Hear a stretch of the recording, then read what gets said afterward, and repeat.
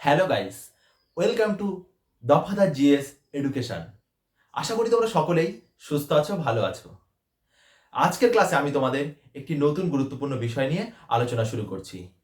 তোমরা সকলেই জানো যে ভারত একটি ঋতু বৈচিত্র্যপূর্ণ দেশ, আর ভারতের জলবায়ুর অন্যতম বৈশিষ্ট্য হলো এই ঋতু বৈচিত্র্য। আর ভারতের আবহাওয়া দপ্তর অনুযায়ী বা আইএমডি, ভারতের আবহাওয়া দপ্তর আবহাওয়া আবহাওয়া দপ্তর বা আইএমডি আইএমডি অর্থাৎ ইন্ডিয়ান মেট্রোলজিক্যাল ডিপার্টমেন্ট এর মত অনুযায়ী ভারতের এই ঋতুগুলিকে প্রধানত চারটি ভাগে ভাগ করা যায়। ভারতের ঋতুগুলিকে প্রধানত কটি ভাগে ভাগ করা যায়? প্রধানত চারটি ভাগে ভাগ করা যায়। ভারতের ঋতুগুলিকে প্রধানত চারটি ভাগে ভাগ করা যায়।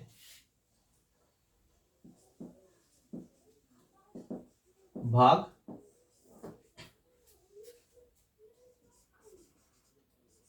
করা হয় কি অনুসারে? আবহাওয়া দপ্তরের মত অনুযায়ী, অর্থাৎ আইএমডি অর্থাৎ ইন্ডিয়ান মেট্রোলজিক্যাল ডিপার্টমেন্টের মত অনুযায়ী ভারতের ঋতুগুলিকে প্রধানত চারটি ভাগে ভাগ করা যায়। এই ঋতুগুলি সম্পর্কে তোমরা অনেকেই হয়তো পরিচিত আছো। দেখে নাও, গ্রীষ্ম,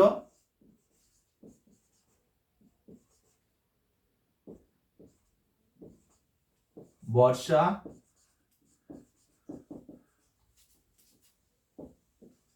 শরৎ ও শীত। তাহলে আমরা কি জানলাম? আইএমডি অর্থাৎ ইন্ডিয়ান মেট্রোলজিক্যাল ডিপার্টমেন্টের মত অনুযায়ী ভারতের ঋতুগুলিকে প্রধানত চারটি ভাগে ভাগ করা যায়। প্রধানত এই চারটি ভাগে ভাগ করা যায়: গ্রীষ্ম, বর্ষা, শরৎ ও শীত। আমরা এই ঋতুগুলির বিভিন্ন বৈশিষ্ট্য এবং কোন সময় এই ঋতুগুলি দেখা যায় সেগুলো নিয়ে আলোচনা করব। কিন্তু তার আগে দেখে নিই, এই এই চারটি ঋতু ছাড়াও আরো দুটি ঋতু রয়েছে। সেটি হচ্ছে বসন্ত ও হেমন্ত। হেমন্ত ও বসন্ত, এই চারটি ঋতু ছাড়াও আরো দুটি ঋতু রয়েছে। সেটি হচ্ছে এছাড়াও হেমন্ত ও বসন্ত, এই দুটি ঋতুও রয়েছে। কিন্তু এই দুটির বৈশিষ্ট্য সম্পর্কে আমরা পরবর্তী ক্লাসে আলোচনা করব। আজকের ক্লাসে আমরা এই প্রধান চারটি ঋতু নিয়ে আমরা আলোচনা করব। প্রথমেই আমরা এই গ্রীষ্ম ঋতু নিয়ে আলোচনা করি।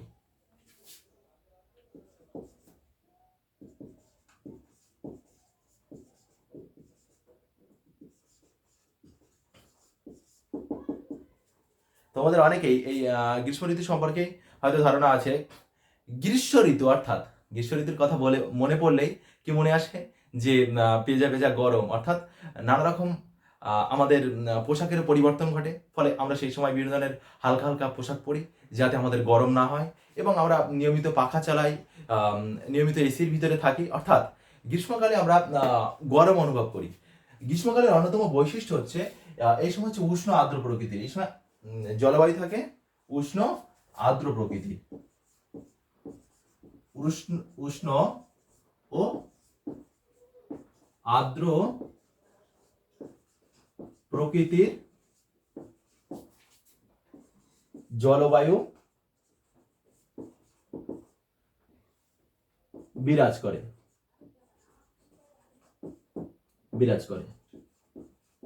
তাহলে আমরা কি জানলাম? যে গ্রীষ্ম ঋতুতে উষ্ণ আর্দ্র প্রকৃতির জলবায়ু বিরাজ করে। এখন আমরা এই গ্রীষ্ম ঋতুর বিভিন্ন উষ্ণতা, বৃষ্টিপাত, বায়ুচাপ, বায়ুপ্রবাহ এগুলি সম্পর্কে দেখে নেব। প্রথমে আমরা দেখে নিই উষ্ণতা সম্পর্কে।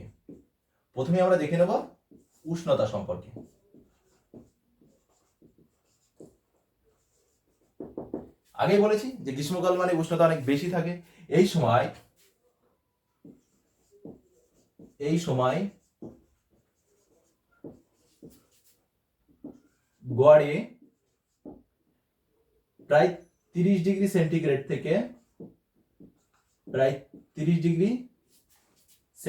থেকে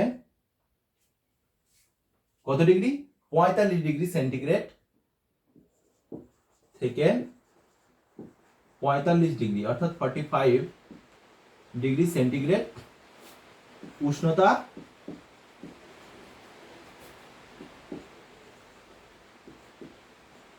ভারতে থাকে। তবে স্থানভেদে এই উষ্ণতার পার্থক্য দেখা যায়। যদি দেখা যায় তোমরা ভারতের মানচিত্রটি তাহলে বুঝতে অনেক সুবিধা হবে তোমাদের।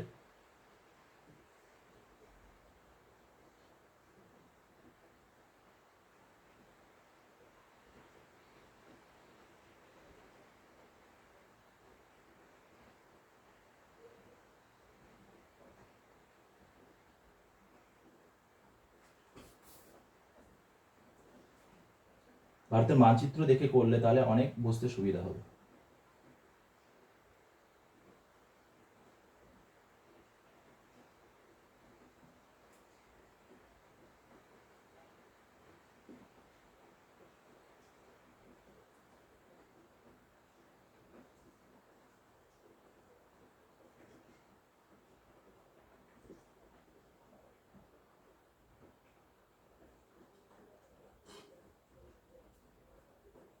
অর্থাৎ এটা যদি আমরা ভারতের মানচিত্র ধরি, এই মানচিত্রের অনুযায়ী দেখলে অনেক সুবিধা হবে। এইদিকে অবস্থান করছে কি, এদিকে অবস্থান করছে একটা একটা আনুমানিক একটা মানচিত্র অঙ্কন করলাম। এই মানচিত্রে ঠিক এইদিকে অবস্থান করছে কি রাজস্থান, এখানে অবস্থান করছে কি রাজস্থান, এখানে গুজরাট আছে। অর্থাৎ এদিকটা উত্তর ভারত, এদিকে দক্ষিণ ভারত, এবং এদিকে পূর্ব ভারত, এবং এদিকে পশ্চিম ভারত। এই ঠিক পশ্চিম ভারতে অর্থাৎ এদিকে এই পশ্চিম ভারতে এখানে রাজস্থান, এই রাজস্থান সংলগ্ন অঞ্চলে উষ্ণতা থাকে অনেক বেশি। এখানে উষ্ণতা প্রায় কত ডিগ্রি চলে যায়, 45 ডিগ্রির বেশি, অর্থাৎ 50 ডিগ্রিও বেশি উষ্ণতা থাকতে পারে এই গ্রীষ্মকালে। কিন্তু এই সমগ্র ভারত যদি দেখা যায় তাহলে মিনিমাম গড় উষ্ণতা থাকে 30 ডিগ্রি সেন্টিগ্রেড থেকে 45 ডিগ্রি সেন্টিগ্রেড। তাহলে আমরা কি জানতে পারলাম যে গ্রীষ্মকালে গড় সারা ভারত জুড়ে গড় উষ্ণতা থাকে 30 ডিগ্রি সেন্টিগ্রেড থেকে 45 ডিগ্রি সেন্টিগ্রেড। তবে এই মধ্য ভারতে আবার উষ্ণতা কিছুটা কম থাকে, এখানে সাধারণত 30 ডিগ্রি সেন্টিগ্রেড থেকে 40 ডিগ্রি উষ্ণতা থেকে থাকে। আবার এই উত্তর ভারতে উষ্ণতা আরো কম হয়। উত্তর ভারতে উষ্ণতা সাধারণত 27 ডিগ্রি সেন্টিগ্রেড থেকে 32 ডিগ্রি সেন্টিগ্রেড উষ্ণতা লক্ষ্য করা যায়। এখন আমরা দেখে নেব বায়ুচাপ।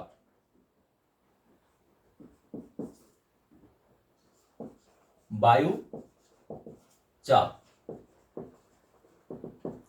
এই সময় সারা ভারত জুড়ে কি উষ্ণতা অনেক বেশি থাকে, ফলে সারা ভারতেই বিশেষ করে এই পশ্চিম ভারত সংলগ্ন অঞ্চলে নিম্নচাপ বিরাজ করে। এই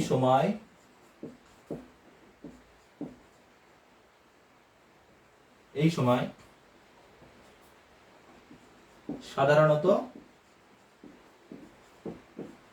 নিম্নচাপ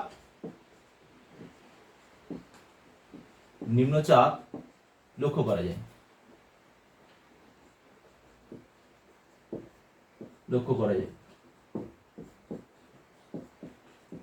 তাহলে গ্রীষ্মকালে ভারতে কি কোন ধরনের চাপ বিরাজ করে থাকে, নিম্নচাপ বিরাজ করে থাকে। এবার আমরা দেখে নেব বায়ু প্রবাহ।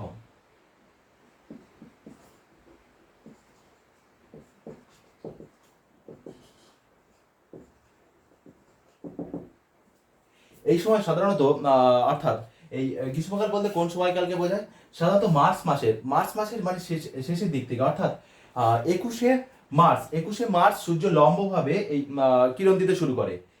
21শে মার্চ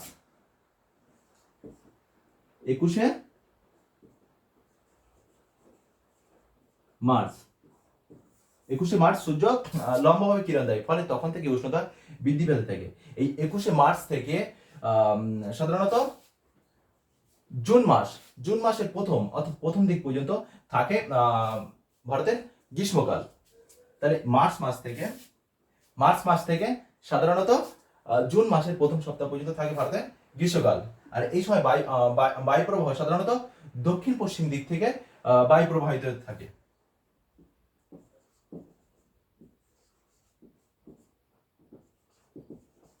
সাধারণত দক্ষিণ পশ্চিম দিক থেকে বায়ু প্রবাহিত হতে থাকে, প্রবাহিত হয়। তাহলে আমরা কি জানলাম? উষ্ণতা জানলাম, বায়ু চাপ জানলাম, বায়ু প্রবাহ জানলাম। এখন আমরা দেখে নেব বৃষ্টিপাত। আমরা আগে জেনেছি কি গ্রীষ্মকাল অর্থাৎ এই সময় উষ্ণ আর্দ্র থাকে, তবে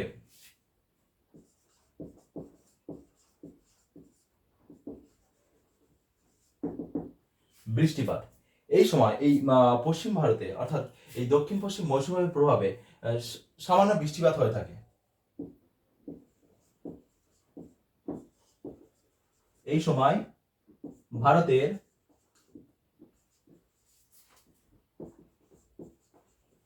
কিছু কিছু অঞ্চলে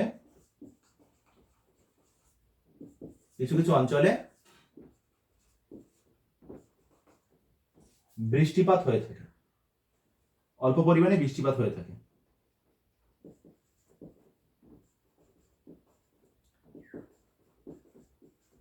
অল্প পরিমাণে বৃষ্টিপাত হয়ে থাকে।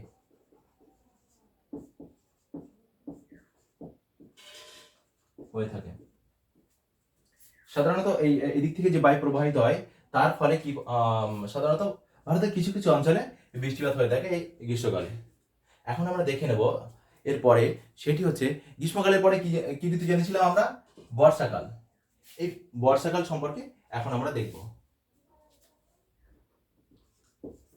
তাহলে আমরা গ্রীষ্ম ঋতুর কি কি বৈশিষ্ট্য জানতে পারলাম। এই সময় জলবায়ু কি থাকে? উষ্ণ আর্দ্র প্রকৃতির। এবং কখন এই গ্রীষ্মকাল শুরু হয়? সাধারণত মার্চ মাসের মানে মধ্যভাগ থেকে সাধারণত জুন মাসের, অর্থাৎ যে সময় জুন মাসের পর থেকে সাধারণত শুরু হয় কি বর্ষাকাল, এই জুন মাসের প্রথম দিক পর্যন্ত সাধারণত ভারতবর্ষে এই গ্রীষ্মকাল বিরাজ করে থাকে। তারপরে আমরা কি জানলাম? উষ্ণতা। এই সময় গড় উষ্ণতা প্রায় 30 ডিগ্রি সেন্টিগ্রেড থেকে 45 ডিগ্রি সেন্টিগ্রেড হয়ে থাকে। তবে কিছু কিছু অঞ্চলে উষ্ণতা বৃদ্ধি পেয়ে থাকে, যেমন রাজস্থান সংলগ্ন অঞ্চলে উষ্ণতা বেশি থাকে, অনেক প্রায় 50 ডিগ্রি কাছাকাছি। আর বায়ুচাপ এই সময় সাধারণত ভারতে নিম্নচাপ বিরাজ করে, কারণ উষ্ণতা অনেক বেশি থাকে। বায়ু প্রবাহ সাধারণত দক্ষিণ পশ্চিম দিক থেকে এই বায়ু প্রবাহিত হতে থাকে। বৃষ্টিপাত এই সময় ভারতের কিছু কিছু অঞ্চলে অল্প পরিমাণে বৃষ্টিপাত হয়। এখন আমরা দেখে নেব বর্ষা ঋতু সম্পর্কে। বর্ষা ঋতু সম্পর্কে। বর্ষা ঋতু, এই বর্ষা ঋতু বলতে কি বোঝায়?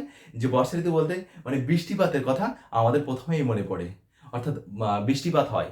আর এই বর্ষা ঋতুতে কি হয়, মানে অনেক সময় দেখবে যে ছোট ছোট ছেলেমেয়েরা বা ফুটবল খেলতে ভালোবাসে, মানে কাদা মাটি মেখে ফুটবল খেলে।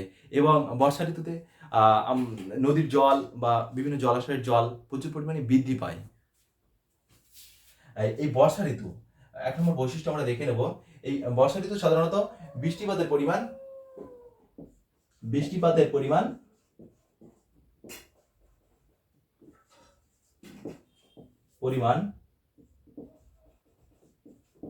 বেশি হয়।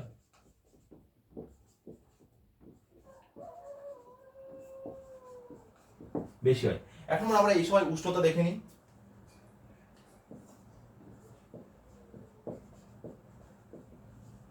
উষ্ণতা, যেহেতু বর্ষাকালে বৃষ্টিপাতের পরিমাণ বৃদ্ধি পায়, তাহলে স্বাভাবিকভাবেই উষ্ণতা কিছুটা হ্রাস পায়। এই সময় উষ্ণতা থাকে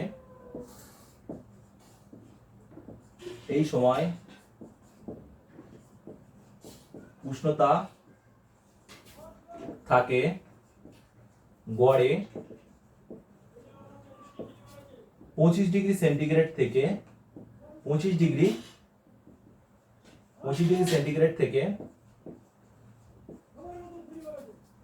30 ডিগ্রি অর্থাৎ 30 ডিগ্রি সেন্টিগ্রেড।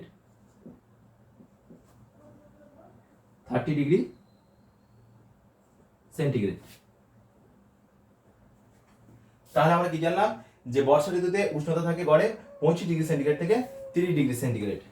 এরপর আমরা দেখে নেব তবে কিছু কিছু অঞ্চলে উষ্ণতার পার্থক্য লক্ষ্য করা যায়। যেমন এই সময় ওই উত্তর ভারতে উষ্ণতা কিছুটা হ্রাস পায়, আরো প্রায় 20 ডিগ্রি সেন্টিগ্রেড থেকে 25 ডিগ্রি সেন্টিগ্রেড, অর্থাৎ এই এই অংশটাকে, এদিকটা হচ্ছে উত্তর ভারত। এই উত্তর ভারতে উষ্ণতা আরো হ্রাস পায়, প্রায় 20 ডিগ্রি সেন্টিগ্রেড থেকে 25 ডিগ্রি সেন্টিগ্রেডে নেমে যায়।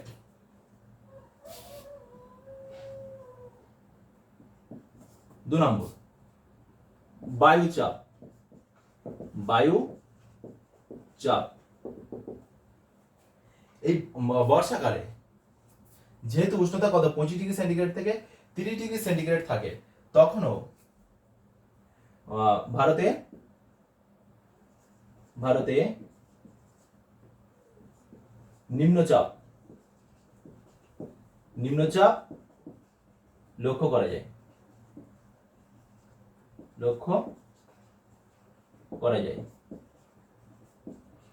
কারণ যদি নিম্নচাপ না থাকে তাহলে তো দক্ষিণ পশ্চিম মৌসুমে ভারতে প্রবেশ করবে না। আর এই এই এদিকে আছে আরব সাগর, এই আরব সাগরের এদিকে আছে কি আরব সাগর, এদিকটাই ভারতের এদিকটা আছে আরব সাগর। এই আরব সাগর থেকে দক্ষিণ পশ্চিম মৌসুমে হয়, এই আরব সাগর থেকে দক্ষিণ পশ্চিম মৌসুমে ভারতে প্রবেশ করে, এখান দিয়ে ভারতে প্রবেশ করে এখানে রয়েছে পশ্চিমঘাট পর্বত, এখানে রয়েছে পশ্চিমঘাট পর্বত, এখানে রয়েছে পশ্চিমঘাট পর্বত। এই পশ্চিমঘাট পর্বতে বাধা পায় এবং বাধা পেয়ে সংলগ্ন অঞ্চলে বৃষ্টিপাত ঘটায়। আর ঠিক এই সময় যখন এই বর্ষা ঋতুতে, অর্থাৎ জুন থেকে সেপ্টেম্বর মাস,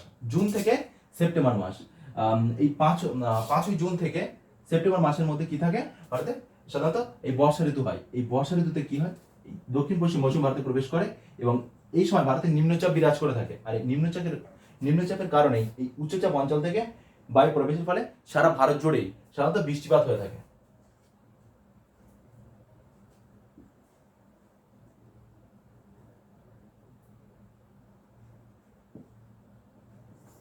বায়ু প্রবাহ,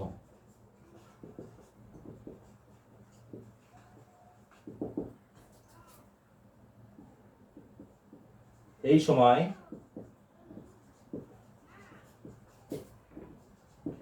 সাধারণত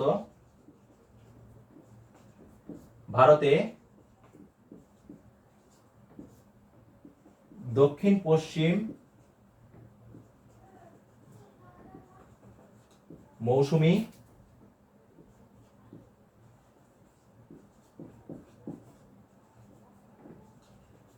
বায়ুর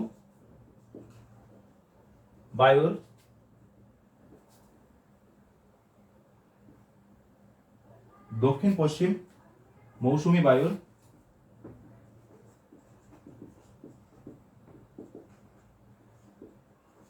প্রভাব বেশি দেখা যায়,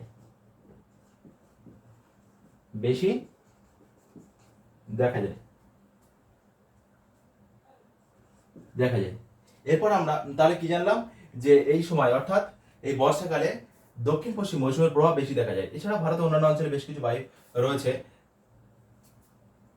4 নম্বর, বৃষ্টিপাত।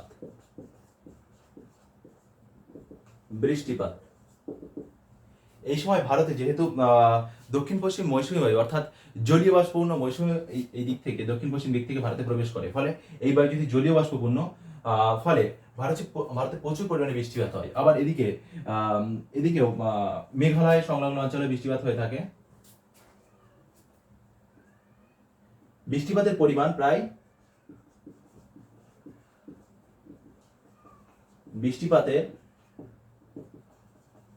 পরিমাণ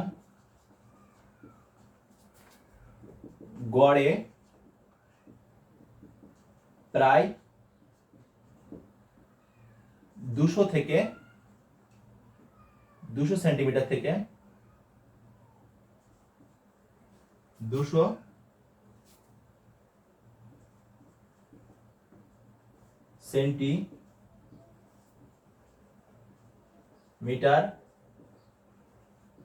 থেকে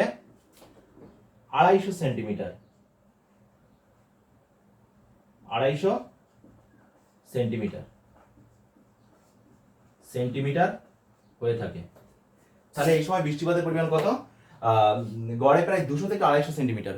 তবে ভারতের কোনো কোনো অঞ্চলে বৃষ্টিপাতের পরিমাণ অনেক বেশি হয়, যেমন এই পশ্চিমঘাট পার্বত্য অঞ্চলে প্রায় 300 থেকে 350 সেমি বৃষ্টিপাত হয়ে থাকে। আবার এদিকে মেঘালয় সংলগ্ন অঞ্চলেও বৃষ্টিপাতের পরিমাণ অনেক বেশি হয়ে থাকে। তবে এই রাজস্থান সংলগ্ন অঞ্চলে 70 থেকে 75 সেমি বৃষ্টিপাত হয়ে থাকে এই বর্ষাকালে। এই বর্ষাকালে সাধারণত দুই দিক থেকে বায়ু প্রবাহিত হয়। বায়ুর প্রবাহ অনুসারে সাধারণত দুই দুই দিক থেকে হয়ে থাকে।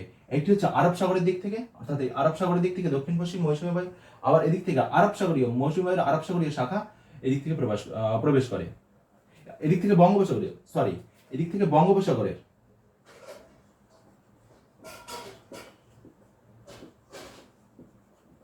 বঙ্গোপসাগর, এই বঙ্গোপসাগর থেকে মৌসুমী বায়ুর বঙ্গোপসাগরীয় শাখা এখান থেকে জলীয়বাষ্পপূর্ণ ভারতে জলীয় বাষ্পপূর্ণ বায়ু ভারতে প্রবেশ করে এই সংলগ্ন অঞ্চলে। এখানে মেঘালয়ের গারো, খাসি, জয়ন্তিয়া পাহাড় আছে, সেই পাহাড়ে বাধাপ্রাপ্ত হয় এবং বাধাপ্রাপ্ত হয়ে এখানে মৌসিন নামে প্রচুর পরিমাণে বৃষ্টিপাত ঘটায় এই সংলগ্ন অঞ্চলে। এখানে আছে বাংলাদেশ অতিক্রম করে এই বঙ্গোপসাগরীয় শাখার এই মৌসুমী বায়ু বঙ্গোপসাগরীয় শাখা এই বাংলাদেশ অতিক্রম করে ভারতে প্রবেশ করে এবং ভারতে প্রবেশ করে এখানে আছে মৌসিনরাম। এশিয়ার মধ্যে সব থেকে বৃষ্টিপাতযুক্ত অঞ্চল হচ্ছে এই মৌসিনরাম।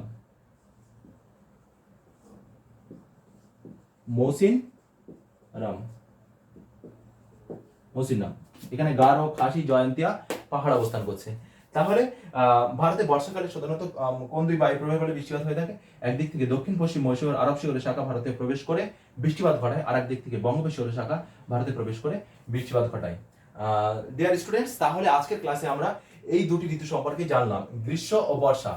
নেক্সট ক্লাসে আমরা এই শরৎ ও শীত ঋতু সম্পর্কে জানবো এবং এই শরৎ ও শীত ঋতুর বিভিন্ন বৈশিষ্ট্য, উষ্ণতা, আর্দ্রতা, বৃষ্টিপাতের পরিমাণ, বায়ুচাপ, বায়ু প্রবাহ প্রভৃতি সম্পর্কে জানবো।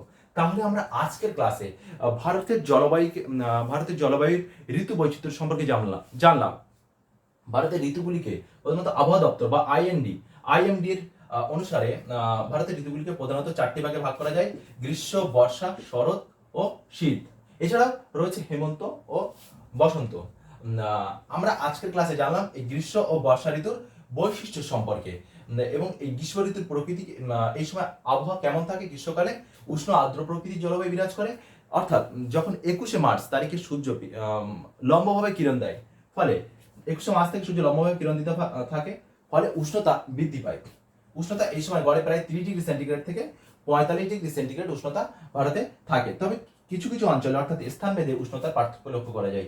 যেমন পশ্চিম ভারতে উষ্ণতা প্রায় 25 ডিগ্রি সেন্টিগ্রেডের কাছাকাছিও পৌঁছে যায় বা তারও ওপরেও চলে যেতে পারে এই পশ্চিম ভারতে। অর্থাৎ এই রাজস্থান, গুজরাট, এই কচ্ছের রণ সংলগ্ন অঞ্চলে উষ্ণতা অনেক বৃদ্ধি পায়। আর বায়ুচাপ এই সময় সাধারণত ভারতের নিম্নচাপ বিরাজ করে থাকে। বায়ু প্রবাহ সাধারণত দক্ষিণ পশ্চিম মৌসুমী বায়ু প্রবাহিত হয় বৃষ্টিপাত, এবং এই সময় মানে সবে তখন দক্ষিণ পশ্চিম মৌসুম আসার একটা সম্ভাবনা সৃষ্টি হয়। বৃষ্টিপাত এই সময় ভারতের কিছু কিছু অঞ্চলে অল্প পরিমাণে বৃষ্টিপাত লক্ষ্য করা যায়, তবে বৃষ্টিপাতের পরিমাণ খুবই কম। আর নেক্সট আমরা আলোচনা করবো হচ্ছে বর্ষা ঋতু। বর্ষা ঋতু সাধারণত বৃষ্টিপাতের পরিমাণ অনেক বেশি হয়। উষ্ণতা এই সময় গড়ে থাকে 25 ডিগ্রি সেন্টিগ্রেড থেকে 30 ডিগ্রি সেন্টিগ্রেড। আর বায়ুচাপ ভারতে সাধারণত এই সময় নিম্নচাপও বিরাজ করে থাকে। আর এই নিম্নচাপ বিরাজ করার কারণেই এই উচ্চচাপ অঞ্চল থেকে বায়ু এই নিম্নচাপ অঞ্চলে প্রবেশ করে। তারপর হচ্ছে বায়ু প্রবাহ এই সময় সাধারণত দক্ষিণ পশ্চিম মৌসুমী প্রভাব লক্ষ্য করা যায়। পাশাপাশি এই বঙ্গোপসাগরীয় অঞ্চল থেকে মৌসুমী বায়ুর শাখাও ভারতে প্রবেশ করে বৃষ্টিপাত ঘটায়। আর বৃষ্টিপাতের পরিমাণ গড়ে প্রায় 200 সেন্টিমিটার থেকে 250 সেন্টিমিটার। তবে স্থানভেদে এই বৃষ্টিপাতের পার্থক্য লক্ষ্য করা যায়, কারণ এদিকে বৃষ্টিপাতের পরিমাণ অর্থাৎ পশ্চিমঘাট পর্বতে একটা মজার জিনিস, এই এখানে পশ্চিমঘাট পর্বত অবস্থান করছে। এই পশ্চিমঘাট পর্বতের পশ্চিম ঢালে বৃষ্টিপাতের পরিমাণ প্রায় 300 থেকে 350 সেমি বা তারও বেশি হতে পারে।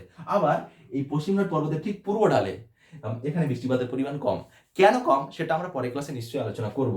আর আবার এদিকে এই রাজস্থান সংলগ্ন অঞ্চলেও বৃষ্টিপাতের পরিমাণ সাধারণত কম হয়ে থাকে, 70 থেকে 75 সেন্টিমিটার। আবার এই অঞ্চলে অর্থাৎ এই মৌসিনরাম, মেঘালয়, গারো, খাসি, জয়ন্তিয়া পাহাড়ে বৃষ্টিপাতের পরিমাণ যথেষ্ট বেশি।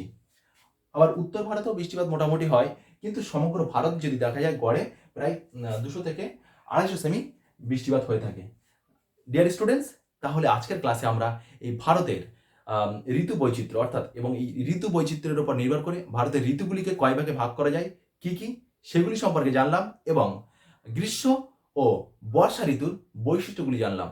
এর পরের ক্লাসে আমরা শীত ও শরৎ ঋতুর বৈশিষ্ট্য সম্পর্কে আলোচনা করব। স্টুডেন্টস, সকলে সুস্থ থাকো, ভালো থাকো। আর দফাদার জিএস এডুকেশন চ্যানেলটি সবসময় তোমাদের সঙ্গে আছে। আর তোমাদের কাছে এটাই চাইবো যে তোমরা সকলেই এই দফাদার জিএস এডুকেশন চ্যানেলটি সাবস্ক্রাইব করো, পাশে থাকো, সঙ্গে থাকো, লাইক, কমেন্ট, শেয়ার করতে কখনোই যেন ভুলো না।